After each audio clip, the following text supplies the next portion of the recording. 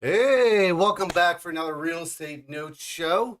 I'm your host, Dave Putz from JKP Holdings. Alongside me, as always, Mr. Nathan Recording Turner. in progress. How Hello, are you, hello. man? Very good, very good. Awesome. Well, I'm glad to connect today. It's the holiday season, um, and lots of stuff going on, right? We're kind of fine tuning the fourth quarter of everything happening. But it's really interesting to see that it's always good to connect and kind of learn from each other. Today we're talking about marketing seller carried note holders, which is a Yeah. huge inventory. We're talking before getting on 89,000 created in 2023 and about the same 2024. Before we get there, how you been? Really good, really good. I got asked to be a wise man in the nativity this year, so I'm growing out the beard, Oh, getting all fancy. you But look I actually great, just dude. bought for business stuff. I just bought my first short-term note this week. So I'm Oh, excited about that. I want to see how that's going to go. I think that could be a really good thing for my fund. is it a hard money loan? Good fit. Yeah, yeah. It's Okay. for a fix and flip. It's interesting, really interesting. I don't know if you know her, Wendy Sweet. Yes. Yeah, it's from her company. She's going to be at DME next year, Yay. and it's going to be speaking to us a little bit. So I'm cautiously optimistic. I just because I've never done it, I'm sure it's going to be great. But first time, so you always get a little bit of Is it a rehab loan? nerves. A rehab loan, yeah, Hey, all right. Here we go. yeah. So It, I think it's going to be a good thing. I think I'll be buying more of those. awesome. I know that recently we're dealing with a borrower who just dealing with some troubles and stuff like that. And, we've been back and forth. They're trying to sell the property, Yeah, been lack of payment. And do you kick someone out or do you take over someone's property middle? Christmas is hard. Emotional strings come in and you have to put yeah, that aside and put the business hat on and say, fine. And then you deal with the fact of, do we let them sell the property? Do you take it back? And how much time you give them? It's just all the little things that come into play. And, you know, yeah. there's a point where you just say, here's a cutoff, and you have to be that person. And you know what? I think that's the module that most teachers don't teach. is Yeah. is that that's a big part of the business is like what do you do when this happens? Yep. And a lot of like human stories and they can't pay because and I've heard some heart-wrenching stories and then what? And then how do you deal with that? And that's not an easy challenge. So that's one of those hidden parts of note investing that not a lot of people talk about. Yeah. And, it's not a performing or non performing, the person that, father passed away, and it's heart wrenching. And this Yeah. is their child whom I believe. And it's just Yeah. like, okay, how can we help them? And it's like, just sell the property, ton of equity, right? Yeah. And this is, I think, our third or fourth demand letter. It's been family members. So it's hard. Um, but And we're I, really good at coming up with solutions, but getting yes. on the phone often is the toughest part. Yep, absolutely. Anything else deals with you going on right now? Anything brewing besides that one? Any craziness, bankruptcy stuff? Just kind of looking at the end of the year, I had another note, speaking of non-performing, another note where I had it actually under contract. I was selling it to First National, and they went to do their inspection, and they say, "Oh, actually, the house is vacant." I'm like, Oh, what? So here we go. I mean, she's been in there over a year and she's been paying just great and they've never had an issue. And now all of a sudden she's not there. So now I got to figure out what to do with that. So all these things that come up and happen, and notes are easy, right? yes. It's everything in between that makes it difficult, right? It's like, Yeah. listen, due diligence and running numbers and all stuff is pretty easy in our book, right? I Yeah. think for us, just figuring out the human side, like you said before. And I think it definitely has to be talked about more because, those who haven't bought a note or bought one, that's their baby, right? They're spending a lot of time on that. We're kind of Yeah. saying, well, there's more to it, right? And then juggling it all, right? And what do you Yeah. focus on? What do you do?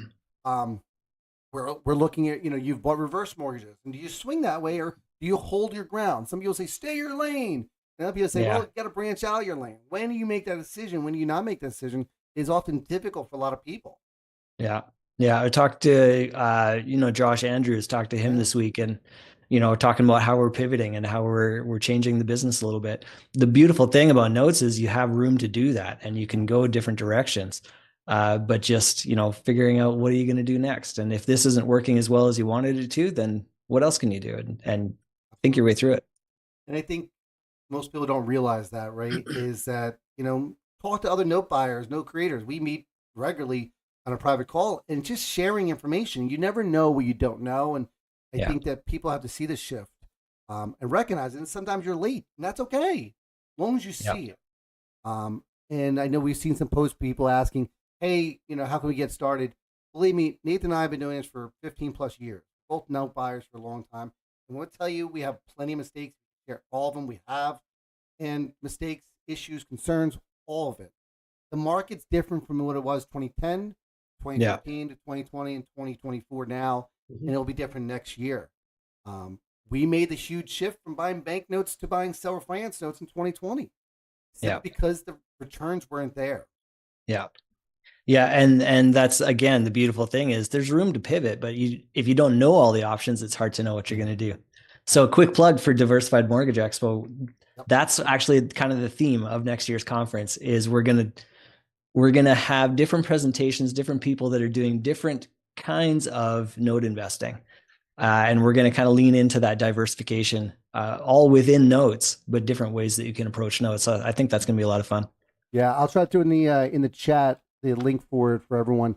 But yeah, if you don't have it, please feel free to check it out. It will be. You little tell everyone where it's going to be at and what day.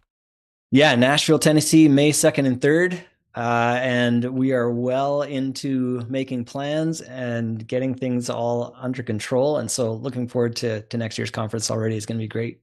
And remember, guys, this isn't just for note buyers, it's for note creators. This is for everyone, right? Yeah. So if you're doing wrap notes or whatever, everyone is, available. So hopefully you guys get that information and share it and all that stuff. So remember, Definitely. you guys, this is recorded. It's also on LinkedIn, Facebook, YouTube now, and whatnot. Talking about seller finance notes is something we really didn't buy much. You started there, went away from it, Yeah. and came back, right? Yeah. And share with the crowd, why did we switch from buying banknotes to seller finance notes? Banknotes were so plentiful and easy to get a hold of. They were.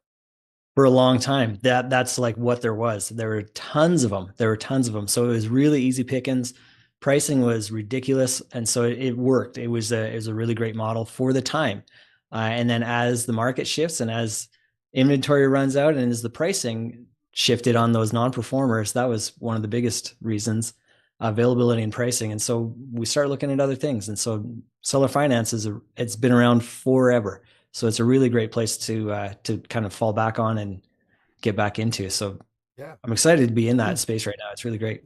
Biggest thing happened in 2019, 2020 is rates went down, right? We no longer have those high interest rate loans and we couldn't buy the 3%. And you guys who are doing seller finance, we love you guys, right? Creating 10, 11, 12% loans. We talk about a lot the infinity return. I have a calculator on our website. That's a perfect way. And Nathan and I teach a class on how to create successful, valuable notes, right? But it's funny. You and I forever have searched for through our marketing, our networking, and social media on how to buy these seller finance notes, right? This is what you and I have always done to find them. 2012, 2013 or so, I bought a list from a commercial company and it wasn't good. Yeah. Right. And it was struggling. But what I found out now is there are people out there who understand our business, who have the knowledge of what we do, but also the knowledge of creating a list that makes it work for us. Yeah. And that's killer. Yeah, that's fantastic. People ask me that all the time. Where do you find these notes? And typically my answer is lots and lots of networking, all kinds of just getting to know people and making sure people know who you are. But there's more ways than one to find a note. And so that's what we've got on for our show today. So let's bring him in here. Right. Yeah, welcome to the show, my man. Appreciate you spending the Friday afternoon with us. It's good to see you, my man. Hey, David and Nathan, thank you for having me. Really appreciate being here and being able to talk about what I do. Yeah. So Scott, share a little bit about your background. How did you get started in the note space and all that? Well, my dad started buying and brokering notes in 1990. I joined him in 94. And we started out as basically a brokerage, but we were able to start buying notes for our own portfolio and grew in there. And we actually grew just basically through our database and collecting the data. We had 6 employees. We're mailing 20,000 mailers a month and going full bore. And then about 2000, the subprimes kind of came in, and everything they kind of refinanced and took away a lot of that market. So I had this database that we've been collecting and invested in pretty heavily to make sure it was just seller carrybacks and was kind of a horned in list. But I was kind of, okay, the returns aren't so great. So like you, I migrated to different markets. Mm-hmm. And but my friends that were in the industry, people I networked with in the industry, and then also a big institutional investor, a subprime investor, knew about my list. So they offered to start buying it from me. And that's really how I got started creating my list, and just kept growing my list from there. It kept growing, expanding counties, trying to improve it by making sure we're just horned in, locked in on seller finance notes, because that's our only product. We're not trying to market to realtors or mortgage brokers for other types of financing in markets. All we do is seller financing. That's awesome. And so over that time I've been buying notes for myself, but then also creating a list, kind of after everything fell down in the subprime meltdown, kind of got back into focusing just on seller financing, and have a core group of customers that just keep me going. I don't really market myself anymore. It's all referrals and return customers, and so I've been doing this now for over 20 years, as far as just the list, and then been in the note space for 30. Very interesting. That's a lot of history. That's good. Your seller finance properties residential, commercial, or vary? Everything, all kinds. For me as a private investor, I'm looking at more of the stuff the institutional type banks won't buy, or because I want higher yields than Finac or those other places are getting. So most of it's commercial. We also were doing hard money loans, commercial hard money loans, and so I'm pretty well versed in commercial lending, and so land and commercial are kind of my sweet spot from a private investor standpoint. Amazing. Good. Interesting. So when you look at these things, like I said, without naming names, I've bought these lists before, and they turn out to be release liens, assigned stuff, and it just was dirty. Do you guys clean up the lists, and how does that look to the end investor who's buying the lists? Yeah, we have our own set of criteria and matching logic in software that we've written, where we're looking for certain characteristics of every loan transaction to determine if it's a seller carryback. We try not to pull in any hard money loans. We maybe 1 in 5,000 of our records is a hard money lender or something, just because it falls in there, but it's all clean for that. We have no institutional lenders for sure in our database. We divide our database into kind of a mom and pop, one-off individual, sold their home after living in it in 30 years, that kind of thing. And then we also pull leads for more of the corporate entities, the rehabbers, the developers, and who do a lot of seller financing. But our core business is the mom and pops, because that's really what most of my customers want to target. Yeah. Are you in all 50 states, pretty much?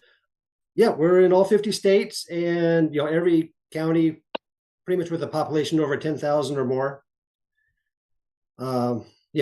We've kind of drilled down to as many counties as we can operate in profitably.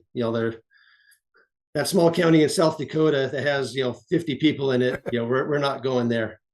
Not so much. Interesting. And so when you're reselling these, let's say there's somebody out there who's saying, you know what, maybe I'd like to try buying a list. Is there something that they should be looking for, or like, what do you recommend for people that are looking for a list? When they're looking for a list, their first thing is criteria, and they need to know what either they want to purchase or their investors will buy. Mm-hmm. So talk to your investors. If they only like single family or residential properties, okay, don't buy land. If you have investors that will buy land pretty competitively, that's a good niche, because that's kind of more of a specialty. Mm-hmm. And so after you talk to your investors, that kind of get a feel for what they want, and what kind of product you should be producing for them. That's kind of where the starting point. Then when you're trying to reach out to your note holders, the number one thing is being credible, being truthful, so they can trust you. Mm-hmm. Note holders, they're not going to just take anyone off the street and trust them with probably what's their largest asset and want to discount it by 20 or 30% to sell it. They have to trust you, and that's really the crux of, I think, all marketing, whether it's direct mail or web based or whatever marketing avenue you work in.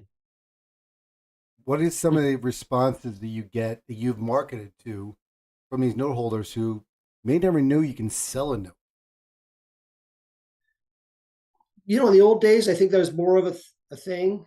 Nowadays, we really have kind of two submarkets for direct mail. I have customers that every month they want the newest and greatest list, and that probably hits 95% of all note holders, maybe or more. And so within the first month or two, they know they can sell the note.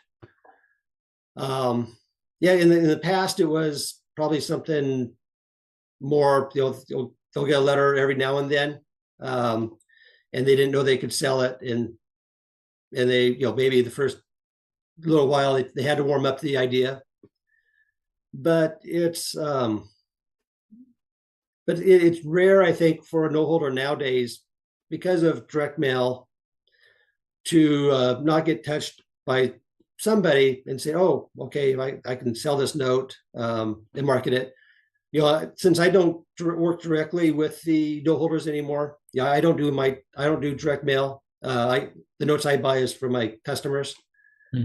I'm not on the front line to really know what their responses are, because obviously there's that first mailer they get maybe 3 weeks after they recorded, and I'm sure that's an interesting conversation. But people, I think the note holders are more educated on their ability to liquidate their notes. Makes sense. So, and that's, I think, part of the challenge with the direct marketing is they're getting these letters from multiple people all the time. So how do you stand out? How do you make sure that your letter is the one that gets read and taken seriously? One is, like I said, being truthful, honest, credible, building rapport. And that's why maybe my biggest advice to a lot of people starting out is you got to look at things like letters and something a little more substantial than postcards, because postcard, it doesn't really build credibility, but what we call number 10 package in the mailing world, basically a letter, will at least they'll be able to read a little bit about you. More importantly, you're selling benefits. What benefits the note holder gets working with you. You don't want to toot your horn so much as you want to sell the benefits of the note holder selling their note and getting them their image and imagining themselves selling their note and being happy, and all their worries and all that are relieved. So that it's kind of the crux of where you want to go. But there's all kinds of different ways to target with direct mail too. And you did do direct mail back in the day, right? What is it? I've heard the line, you have to market them 3 times on average to get a hold of them. Do you think that's still true? Yeah, yeah, it helps to have more touches. So you might do an introductory letter, and tell them who you are, but then sell your benefits. Your next letter, maybe continue the conversation. Hey, I didn't hear from you. I wanted to let you know you can get all this money for your note. I'd love to hear from you. And you got to kind of do it in your own tone and marketing voice. And keep reaching out, because there's a certain number of people that didn't want to hold a note and are willing to liquidate it in the first 6 months. Mm-hmm. We collect assignment data, and there'll be a little bit of a blip right in the first maybe 6 months, and then it just is a perfectly flat line as far as amount of seasoning and notes sold per records, vital records still in the database. So you have people that don't want to hold a note, they want to sell it. So the people that mail early are getting the low-hanging fruit, but they're always moving on to the next new list. They're not working their list. Then you got people that come in maybe 10 to 12 months later. They start the conversation, and usually they're the ones that will kind of stick with it. And the note holder probably won't react until they have that need to sell the note. They need cash for some reason. And so that's when you get your calls. And if people buy lists from you guys, and is there a way to tell if that person's written more than one note, or they're more familiar with it, or that's their first note they've written kind of thing? Is there a way to kind of determine that if they've written 10 notes in the last year? Yeah. We track how many notes each of our note holders has created. And we can do it a couple of ways, basically by last name and address. And so, obviously, if they've been creating multiple notes, we throw them more in the rehabber corporate entity type package, and they're not in our mom and pop database. We try to ferret out the professionals from the mom and pops in our list, because there are two different marketing techniques that are required to reach them. And then how much can you filter down? Like, how much can you, I guess if you're just doing the mortgage, there's not a ton of information on there that you can pull. Like I'm thinking interest rates. Can you filter it by interest rates? And probably not so much. No, we don't have interest rates with seller financed notes. Yeah. Mainly it's general property type, residential, commercial land. Yeah. It's a loan amount, amount of seasoning, and then state. People want to just mail their little county, and that really isn't enough volume for direct mail. You need you need to be mailing 1,000 or more at least, pretty much every month on a regular basis to be consistent and make a good business out of direct mail. Yeah. So we have a question coming in choose by state from our LinkedIn feed. Was what's the different criteria note buyers can ask you to filter on, and why would some prefer certain criteria versus others? I think it pretty much goes back to what your investors will buy, and then also familiarity. There's a lot of, especially people new in the space, are intimidated by commercial land. There's a whole nother subset of underwriting questions that need to be asked for those property types versus a residential. Most people own a house, or at least they rent a house, or they're familiar with that space, and the questions aren't quite as deep as far as how different uses. And what would be the top, say, 3 note buyers in general ask you to filter by?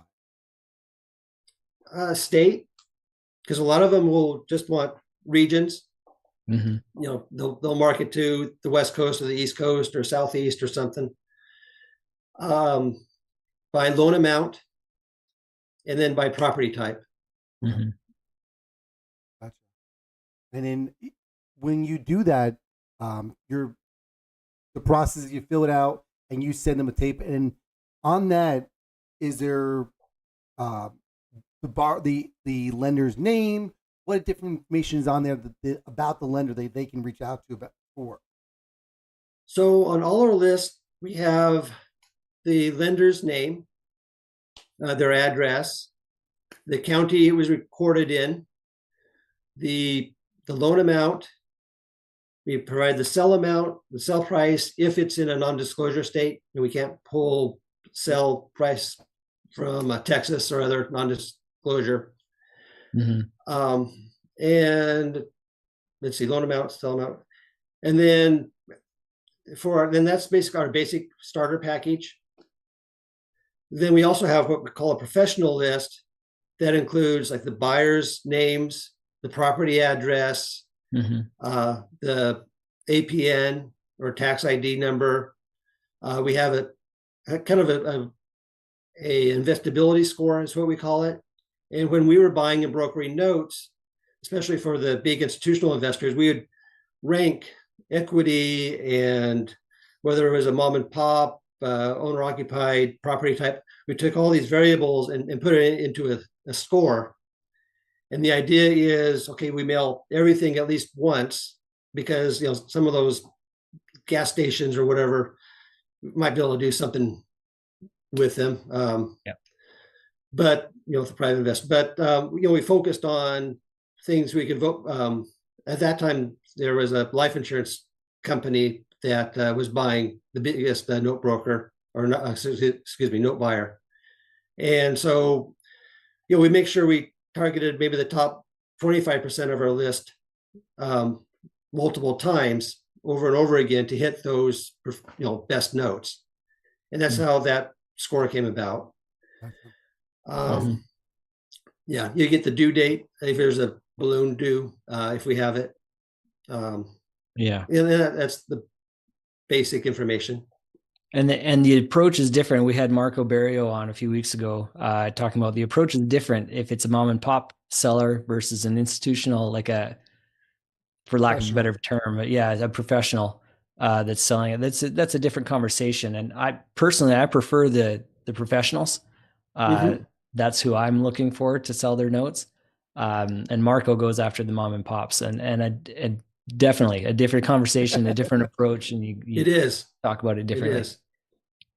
Right. Yeah. Mom and pops, you want to be very conversational with, you want to be,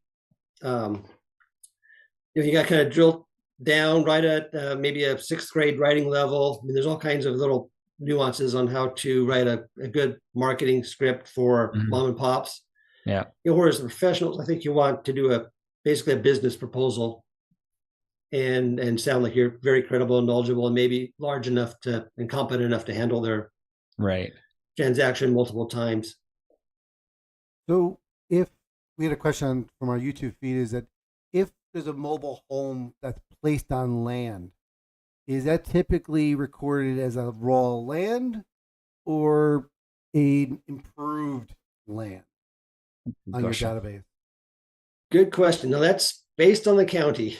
Okay. We pulled data from the county, so we're beholden to the county to give us that information. If it's affixed to the land, it very well could be come back as a single family in some counties. Others will just say it's a mobile home and land. If it's not affixed, it might come back as a mobile home and land, or it might just come back as land.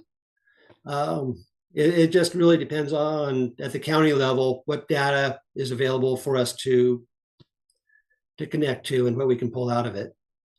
That makes sense. So, what happens? We do our best to figure that out, but it's really not, there's no way to really know. Yeah, absolutely. What happens if that note has been, sold or released? How do you guys account for that? So we collect assignment records.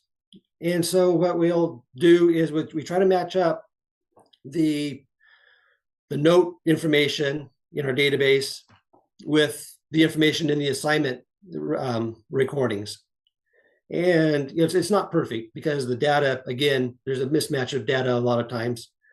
But if we can match it up, okay, we'll know that note's been assigned. It's gone to FNAC or a private investor or whatever. And so we'll take it out of our list. So you won't receive that. So we do try to clean up our list where you won't receive assigned notes or notes that have been sold or paid off. So we clean it up as much as possible. I'm not going to say it's perfect, but it's a lot better than anybody else out there because nobody else is doing that I'm aware of. Absolutely. That's interesting. I was just thinking, like, as you were saying that, I've never actually, I don't think I've ever received a letter saying, hey, you own a note, I would like to buy it. That's never happened to me. So that's interesting. I'll have to look for you, see what Absolutely. That's a good test. Is it in your own name or is it in a corporate entity? It's my company name, but mine isn't assigned. So I don't typically do the origination. This is, it's one that's been assigned to me. Somebody else does the origination and I buy it. So that's probably, okay, yes. That would be a reason Yes. I'm not showing up on people's list. All right. Yeah. So if it's been assigned, it's off our list. And I don't have the assigner's mailing address, so they can't, there's not a way to follow it up. If someone wanted to buy notes that have been assigned already, that's what I'm thinking. Yeah. Part of a list that you can pull, or could we do that? You can figure out that it's been assigned, but you'll get a bunch of names like equity trust, interest, that's where a lot of assignments are going, or it'll go to the major banks that are buying, and obviously they're not selling. Sure. Because there's very, very few individuals that whose name we can get, but then we have to actually go to the county to get the recorded information because we don't have their address or any other contact information. We just know there was an assignment recorded. Find a way to find a list that have been assigned already, right? Because let's be honest, me and Nathan are not the most hardworking like Marco is, right? That work is really hard to do. And could I just buy a list, say in Dallas, Texas, that's been assigned to people, and then I come through the list and I find Ernest Investing and go, I know Ernest. Let me go find he bought a note here, or hey, I can Google half these names. If it's not an IRA, if it's not in a fund name, I could Google or look up these companies and say, I know this person, this person, this person. Let me hit them up and see if they're willing to sell. Is that a list that people can buy from you if they wanted to? We've played around with it. It hasn't really worked out because there's just not enough volume in there. Makes sense. Most notes are paid off versus assigned. Mm-hmm. Yeah. You'll find maybe 2% of all notes have been assigned, and the majority of them to institutional type. 2% of all notes have been assigned. Yeah, wow. That's interesting by itself. Yeah. I mean, you figure 89,000 loans created last year, and you said this year, 2% of that. I was expecting a whole lot more because that's all we see is assigned notes, really. But that means, holy God. And these are notes I can match up. There's a lot of notes because the assignment data is a lot different than my database data. So we can't, it's kind of a mishmash. So we do as much as we can to line them up, but there's maybe some elements that are matched up and some that are not. And so we can't, determine whether it was assigned or not. But, we do what we can to clean up our list, make sure you're not mailing a dead list as much as possible. Yeah. But there's an art and a science to mailing list management. So, So you mentioned before the call that in 2023 there was about 89,000 loans created. What's your guesstimate what 2024 looks like? We are right on track with 2023. I looked at the numbers earlier this week, and pretty much lockstep, quarter for quarter, same numbers coming back. So I would expect, as long as 2024 finishes out normally, we'll see about 90,000 records again for 2024. In dollar amount, And has that probably gone this- up? Not, I know off the cuff here, but in dollar amount created, has that increased? Or because houses are more expensive? Yeah, I Guess didn't really look at that closely. Okay, that's okay. This year to that year. This year to 2023. But I think it feels about the same. Maybe a slight increase for inflation or the increase in the housing stock, but it's not. I'm not going to say there's a huge jump in the volume, but still 90,000 is still a pretty solid That's a lot. number. That's a We lot. might have to wait for Fred and Tracy to come out with their report. So I think Fred Yeah. Tracy get it from you, right, Scott? Is that correct? They usually get it from you, Scott. They do. Yeah. Yeah. Um, Tracy asked for it for years ago, so I always give it to Yeah. her first, the final numbers, That's awesome. and then it Mhm. gets published elsewhere. So out of the 89,000, I'm presuming those, are broken down. You said 2% of those are assigned. And what do you think percentage wise as raw land? We see a lot of raw land, right? Is there, in what state would you guess the most common state is right It's probably Texas for raw land for sure. Mhm. And yeah, raw land, there's definitely a lot less raw land notes going out being sold than say residential. Sure. It's a niche, and you got to find, I think, the right investor to market to raw land. Mhm. now? It's hard.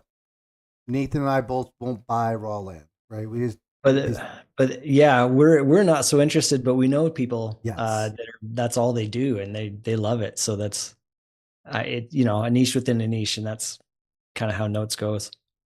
Interesting. Mhm.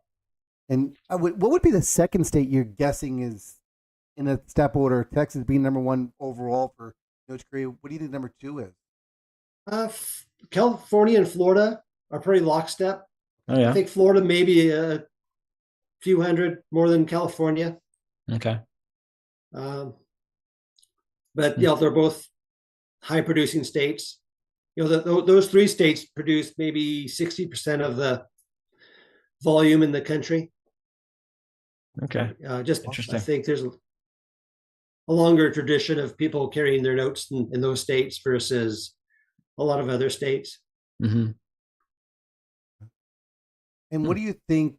For those people who are buying notes from you, is there any fear about getting the same list? If me and Nathan are both looking in Dallas, Texas, where is that kind of come out? Do we get the same list if we both buy, say, 5,000 lists? I get the fact that Nathan may look, write 10 mails to them, and I write one, right? But do we get similar lists as each other because there's only a finite number of notes? No, with the wider the criteria you can give me, the more exclusive, or I want to say exclusive, but the longer it'll have been since the note holders received Mhm. a letter. Because what we do is, you give me your criteria, and say there's a pool of 10,000 records within that criteria you give us, and Nathan wants 5,000 notes, so I pull for Nathan, and what our software does is we'll take the 5,000 within Nathan's criteria that have gone the longest since we have sold them. And so Okay. that way I try to spread everybody out, and you're not stepping on each other's toes. Hmm. And those records aren't any better or worse than anything else. It's all within your criteria, but the final step is to give you the list or the note holders that have gone the longest, since they've been mailed. And in that way, there's a lot more breathing time. You're not mailing it right on top of somebody. Hmm. For the seasoned list, if it's been 10, 12 months of seasoning or more, there's a lot more breathing room between when people receive their list versus. Do we filter the list and say, listen, I want only notes that are created 10 years to 15 years ago, from say 2015 to 2010? I could do that. the response rate would probably be very low, but I'm sure nobody's received a mailer from there.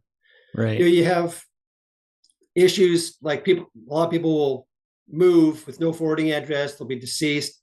And again, we try to ferret that out as much as possible. But when your list gets that old, you'll either find the gold nugget or you'll get a lot of dead air. It's kind of hard to market for notes in that What do you that think age. the time Usually, frame is the best time frame? Is it right away? Is it a year? Is it 2, 3? What do you think your best time frame is for a deal on that kind of stuff? well, I have two sets of customers. One that want the newest list every month, and they're all they're on top of each other. They're competing with each other, but they're all going after that low hanging fruit. They're going after the note holder who didn't want to carry their note. They want to get rid of it and get on with their life. Yeah. And so in the first 3 months, the note holder will get hit multiple times, and there's not really a set number. It'll kind of depend on the region and all, because a lot of my customers are more regional and they might buy for their own portfolios and stuff. But they keep moving on to the next newest list. And then, so in the first 3 months, a note holder might get hit, say 3 to 6, maybe 7 times. And your marketing piece and your timeliness will determine who gets the call. Right. Then after that, I kind of encourage kind of a breathing room, because most people who are anxious to sell their note have sold it. So maybe 10 to 12 months of seasoning. Then I have what I call my seasoned list, and my guys who buy that, those are the ones that will buy blocks of 1,000 or 2,000, maybe every month or every 3 months. And I can take all their criteria and give them the list that's gone the longest since it's been hit by anybody. And so usually note holders, once they get that much seasoning, they'll get hit every couple of months, 3 months, maybe more if they have multiple notes.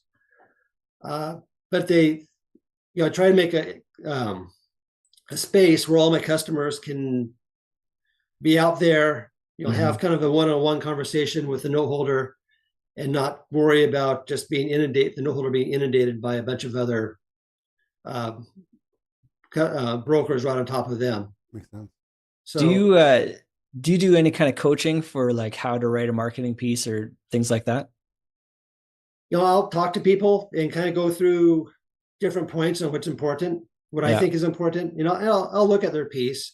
Sure. But I don't really coach per se. I don't have any training. I don't have any, I don't charge for my time or anything. But, I'll look at your piece and maybe critique it and say, okay, hey, your font needs to be larger, needs to be in sans serif, needs to be written at, this kind of level. You need to have more benefits, need to have some headliners, that kind of stuff. Because that all plays into how much response you get. Right. 2 quick questions. Have you ever seen anyone do it? I always talk about it on our private call, in a wedding envelope, kind of get them to open it. And the second was, do you guys track in your database if it's the first or second lien? We only pull first. Okay. The way our logic and criteria goes. So we stopped pulling seconds 15. So you don't have to filter and say, I only want first lien. Yeah, so everything is a first lien. Okay. There'll be some wraps in there, but we don't pull any straight seconds for sure. Okay. They're all right. They're all first liens.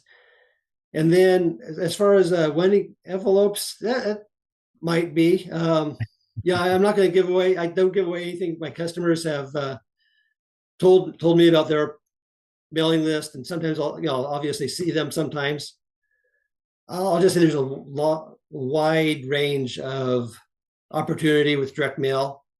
Yeah. There'll be everything from very much handwritten things to very automated and everything in between.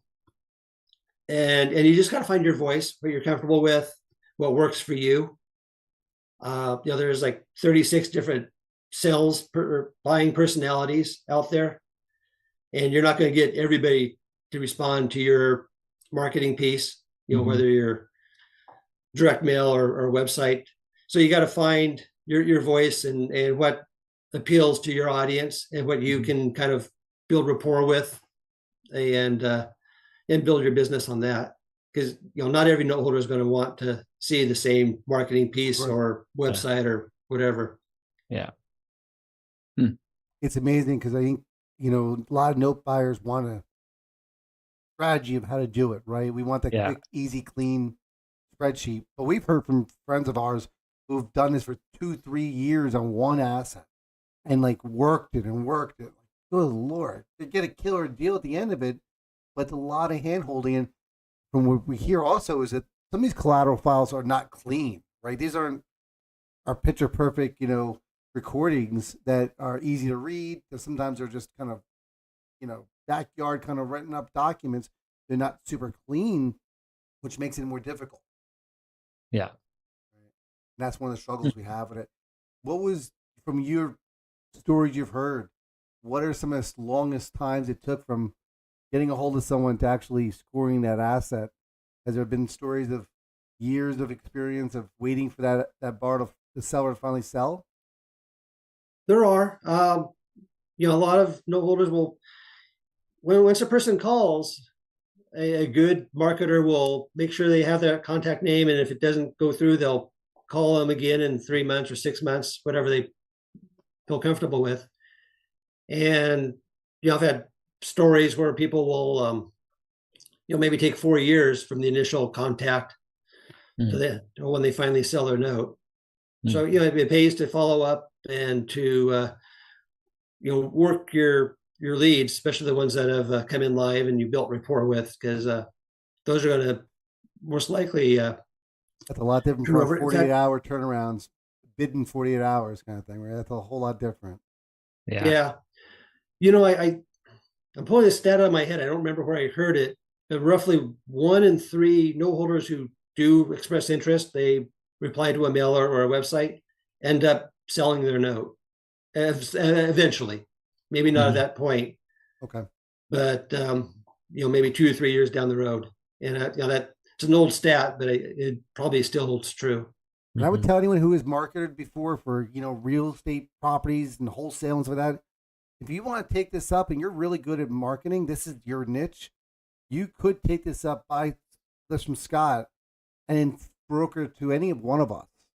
And we would pay that finder's fee for you. So if you're a marketer going, I don't have the capital to buy these things, but I have experience doing wholesaling for real estate, this is a great opportunity for you guys to get a hold of a list, market, whatever the note buyers want, market it crazy. There are some key counties in this country that all of us will buy, and you target it and you get a hold of it, all of us will pay your broker fee. Yeah. That's key. No question. And we would be happy to do so. Yep. Yeah.